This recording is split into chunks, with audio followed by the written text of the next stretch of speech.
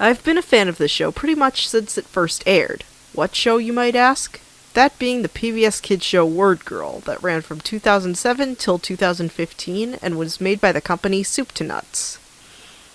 They're responsible for a few other shows like Science Court and even the Adult Swim show Home Movies. But nothing beats Wordgirl, that's for sure. I've been collecting every single piece of Wordgirl merchandise for 15 years now. My collection's pretty small since there wasn't too much made to promote the show. Each time I'd get a new piece to add to my collection, I'd tend to post an image or two to the Wordgirl subreddit. A lot of people praise me for the amount of dedication I have for such an interesting show. But recently I discovered what would probably be the holy frickin' grail of my collection. So I was at a secondhand store, casually shopping for some video games for my PS2. Yeah, I'm more of a retro guy.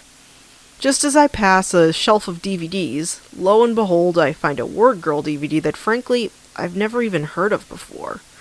The cover featured Wordgirl and Captain Huggyface trapped in a jail cell with the title, Wordgirl: The Ultimate Adventure. I picked up the DVD, paid the $5, and made my way home. The DVD itself came with 2 discs, each containing a total of 8 episodes. The second one, however, had an episode I've never even heard of before. The episode was a 2-parter called Not So Smooth Criminal, and it was allegedly in never-before-seen episodes, which was probably only intended for the release of this DVD. So I watched the first bunch of episodes, which I was already familiar with. The next one, the Lost episode, was very dark. Not a messed up kind of dark, just a little too dark to be in a kid's show. So let's get into it.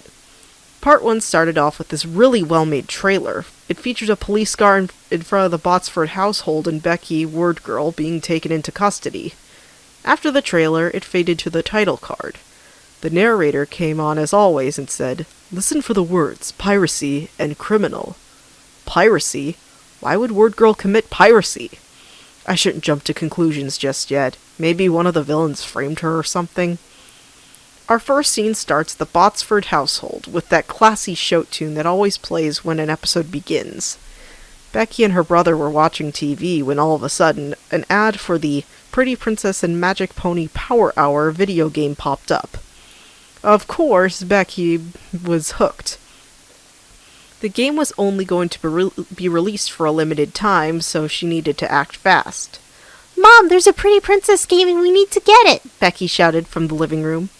"I'm sorry, Becky, but we planned a family night to go to the movie theater, remember?" Sally said. The siblings then remembered the family outing and went on about their day. Becky left the house with Bob to get some fresh air. "If only I knew a way to get that game without Mom and Dad knowing," she thought. Bob tried to reassure her that they could get the game tomorrow, but Becky was not having it. "Hey, Becky," a familiar voice shouted from afar. The camera panned to across the street where it was revealed to be Toby. He was walking toward our fellow protagonist.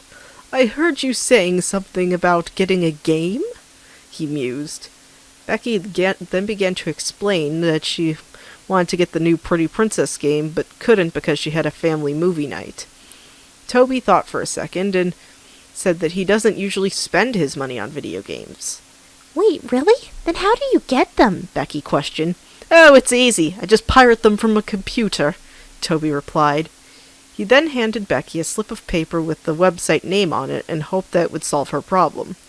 "You know, Toby, you may not be the best person to be around, but I sure do owe you one for this," she said before walking off with Bob. We then cut to Becky's room where she and Violet were downloading the game via laptop. "Are you sure this is a good idea, Becky? I don't know about you, but this just doesn't sit well with me," Violet explained. "I'll be fine. I mean, what's the worst that could happen?" Becky chuckled as she downloaded the game. Suspenseful music began to play as camera shots would cut between the computer and Becky and Violet's faces every few seconds, up until the game had finished downloading. "And now, the moment of truth," Becky said in a shaky voice. Just as she was about to hit the computer icon, she was called out for supper. "I should probably go," Violet said, leaving. At dinner, the other family members were talking about how excited they were to see the movie while Becky continued to play with her food. "What's the matter, Becky?" Tim asked. "Oh, nothing, Dad," Becky replied. Tim simply chuckled and made the assumption that Becky was saving her appetite for this concession stand. "Oh, Dad, you caught me red-handed," Becky chuckled. "Well, at least eat your vegetables, Becky. Those are very important." Becky's mom was then cut off by one guy with the glasses screaming, "Help!" as he ran to the patio. Becky then walked up to the door and asked what's wrong. "Dr. Two Brains is robbing the video game store!" "Wait a minute, this isn't the police station," the guy shouted frantically. "Mom, you guys head to the theater. I have to use the bathroom first," Becky said before flashing down the hallway. "All right, honey, just meet us at the cinema as soon as you finish," Becky's mom shouted from the dining room before they left. Becky snuck out behind the window and switched into Wordgirl, taking to the sky with her signature "Word Up" catchphrase. We cut to the video game store where Dr. Two Brains and his henchmen were stuffing copies of the Pretty Princess game into giant garbage bags. Why would they be at a video game store anyway? Better yet, why would they be stealing a bunch of Pretty Princess video games? Isn't Dr. Two Brains more invested in cheese? I guess maybe he was into Pretty Princess as well? "I think that's the last of them, boss," one of the henchmen said. "Brilliant! Let's make sure we give it to that one person who downloaded the game off my website," Two Brains commanded before Wordgirl flew in through the open window. "The jig is up, Two Brains. Hand over the..." "Wait, are those Pretty Princess games?" Wordgirl asked. "Why, yes. You see, I help another fellow criminal with a pirating website, and I want to do a semi-good deed by giving all the people who downloaded the game physical copies so they wouldn't get in trouble," Two Brains explained. "So, you're committing a crime to benefit others from not committing a crime?" Becky questioned, trying to wrap her head around everything.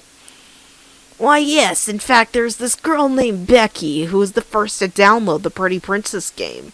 And I was wondering if you could take it to her personally," Two Brains said. Wordgirl was quickly excused herself to the girls' room and came out a few seconds later as Becky. "What's going on here?" she mused. "Becky, it's so nice to see you. Listen, I may be a bad guy, but I'm willing to make mild expectations at times. Here, a gift for you," Two Brains said, gifting Becky the game. "Wow, thank you. I'll play it as soon as possible," Becky beamed as she left the store. Cutting back to the Botsford household, Becky tried to run to the door, but she suddenly noticed some police cars in front of her house, and her mom standing by the front door. "Mom, what's going on here?" Becky asked before receiving that "you are in so much trouble" glare. "Here she is, officer. This is the one you want," Mrs. Botsford said, waving down a police officer as Becky was put in handcuffs. "You have the right to remain silent, and anything you say can and will be used against you in court," the officer said, escorting a silent Becky to the police car. Mrs. Botsford then picked up the video game before the screen cut to black. That was the end of part 1. It was a very interesting episode, but the ending surely did leave me at the edge of my seat. Now let's review part 2, shall we? It started with a recap of what happened in part 1, but it never had a title card, but rather a black screen with the narrator simply saying, "Oh, you're still here?" I assumed that the words from part 1 were also going to be used in part 2. Our first scene took place at the police station, where Becky was being questioned by her mom. "Becky, why did you do it?" her mom asked. "Mom, I don't know what you're talking about. Please elaborate," Becky pleaded, hoping her mom would give in to her answer. "You know what I'm talking about, Missy. I'm talking about the fact that you pirated a video game when you could have waited until the next day to get it at the store," Mrs. Botsford exclaimed before grabbing Becky's laptop and placing it on the table. Her face then went pale, as if she saw a ghost. "What?" she whispered. Mrs. Botsford tried to boot up the computer, but the pirating website unfortunately gave the laptop a virus. "Great. I'll need to have this checked out, but it's coming out of your allowance," she said. Becky was then escorted to her jail cell, where she would be having a court hearing tomorrow. Bob was waiting in the cell since the ward had granted him permission to stay with Becky during the duration of her stay. It then faded to the prison at nighttime. Bob was playing the harmonica while Becky was pacing around the room. I need to find a way to clear my name, Bob, she whispered. Bob told her that they can't do anything right now and will need to wait until the next morning. I think I can help, a voice said from the cell next door. Becky peeked through the bars and saw Chuck, the evil sandwich-making guy, playing the new Pretty Princess game. Chuck? Becky whispered. Oh, hey, Becky, what are you doing in jail? You should be at home with your family, Chuck said. Well, I may have pirated that game you're playing right now, Becky admitted. You got this game from a pirate? That's awesome, Chuck replied excitedly. Becky laughed for a second, but then got back to her senses. No, I committed piracy.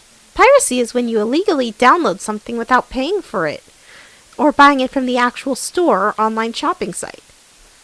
Basically, stealing, but over the internet, she explained. Oh, so you stole this game from the internet? That's pretty criminal-like behavior to me, Chuck responded. Bob told the sandwich-making guy about their predicament and how they want to clear their name. Well, I heard Wordgirl is going to be at Becky's court hearing tomorrow to try to plead her case, Chuck claimed as Becky's jaw dropped open. It then abruptly cut to the next morning where Mrs. Botsford and the judge were preparing the courtroom. Wordgirl suddenly entered through the front door. How? Nobody knows. She works in mysterious ways sometimes. Mrs. Botsford, I'd hate to intrude, but Becky cannot make it to the hearing today as she is very ill.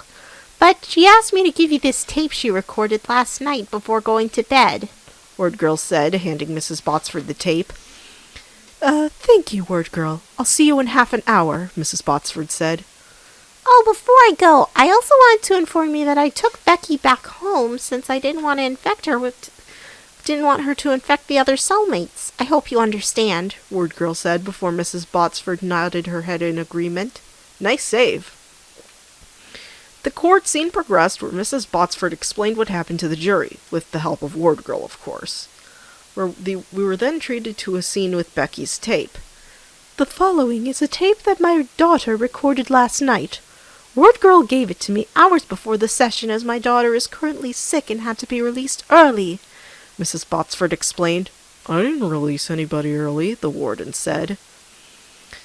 The tape then turned on by itself before the camera zoomed into the TV screen. Hey everybody, I'm sure you're all aware that I pirated a game, and yes, it's true. I did, and I deeply regret it, Becky said, tearing up.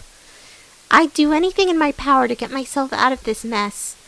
I'll buy the real game as soon as I have the money and whenever I get myself out of here. But let my errors teach a lesson to all of you. It never is, nor will it ever be okay to pirate a game, movie, or any sort of software for that matter.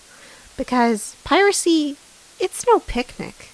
The tape then cut to static before a message popped up in bold red letters. This is the end of the line. We hope you enjoyed our show and the countless adventures we let you experience. But now, Wordgirl must retire her job as a superhero because it's not just Becky who is the criminal, it's her, and you as well since you unknowingly bought a fraudulent DVD. Goodbye.